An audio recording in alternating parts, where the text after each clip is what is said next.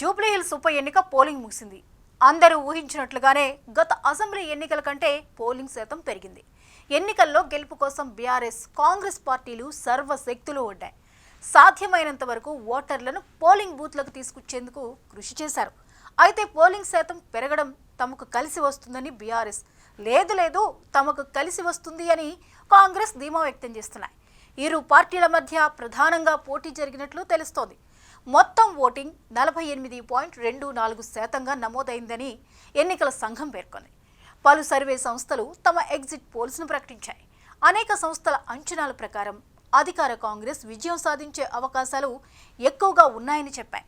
అయితే బీఆర్ఎస్, బీజేపీలు కూడా గెలుపు ధీమాతోనే కనిపిస్తున్నాయి. పోలింగ్ పూర్తయ్యాక రెండు పార్టీల నాయకులు తమ అంచనాల్లో బిజీగా ఉన్నారు. ఎవరు గెలుస్తారో, ఎవరికెంత శాతం ఓట్లు వస్తాయో అని లెక్కలు వేస్తున్నారు. ప్రతి పోలింగ్ బూత్లో పార్టీలకు ఎంత ఓట్లు వచ్చాయో లిస్టులు తయారు చేస్తున్నారు. తమ పార్టీకి ఇతర పార్టీల కంటే ఎక్కువ ఓట్లు వచ్చాయా లేదా అని తెలుసుకునే ప్రయత్నం చేస్తున్నారు. ఈ సమాచారం కోసం పోలింగ్ ఏజెంట్లను కూడా వివరాలు ఇవ్వమని అడుగుతున్నారు. ప్రధాన నాయకులు బూతుల వెంట తిరిగి పోలింగ్ పరిస్థితిని పర్యవేక్షించారు.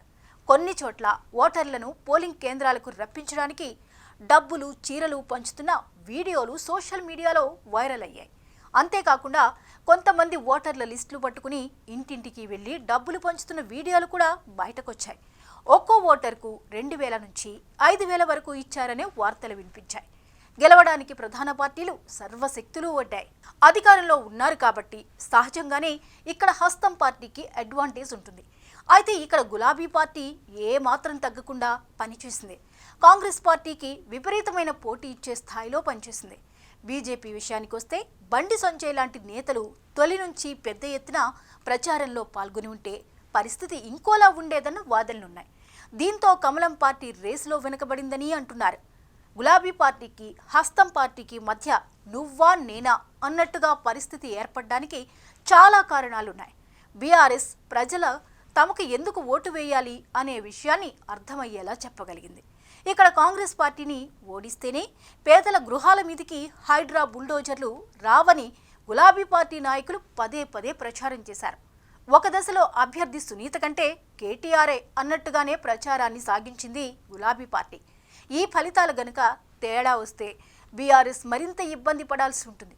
ఎందుకంటే ఇప్పటికే కంటోన్మెంట్లో సిట్టింగ్ స్థానాన్ని పోగొట్టుకుంది. ఇక్కడ కూడా ఓడిపోతే బీఆర్ఎస్ పునాదులు బీటలు వార్తాయని ప్రజలు ఖచ్చితంగా అనుమానిస్తారు. కాంగ్రెస్ అభ్యర్థి నవీన్ యాదవ్కు అధికార పార్టీ అండ, అలాగే యాదవ, ముస్లిం కమ్యూనిటీల అండ, బీసీ కార్డ్, ఇలా అనేక అంశాలు కలిసొస్తున్నాయని అంటున్నారు. అంతేకాకుండా అటు గత ఎన్నికల్లో మాగంటి గోపీనాథ్ వైపు మొగ్గిన టీడీపీ ఓటర్లు ఇప్పుడు రేవంత్ రెడ్డి వల్ల కాంగ్రెస్ వైపు మొగ్గు చూపినట్లు ప్రచారం జరుగుతోంది. ఏది ఏమైనప్పటికీ జూబ్లీహిల్స్ ఉప ఎన్నిక మాత్రం రాష్ట్ర వ్యాప్తంగా ఉత్కంఠ రేపింది. ఎవరు గెలుస్తారు, ఎంత మెజార్టీతో గెలుస్తారనేది ఇప్పుడు అందరూ చర్చించుకుంటున్నారు.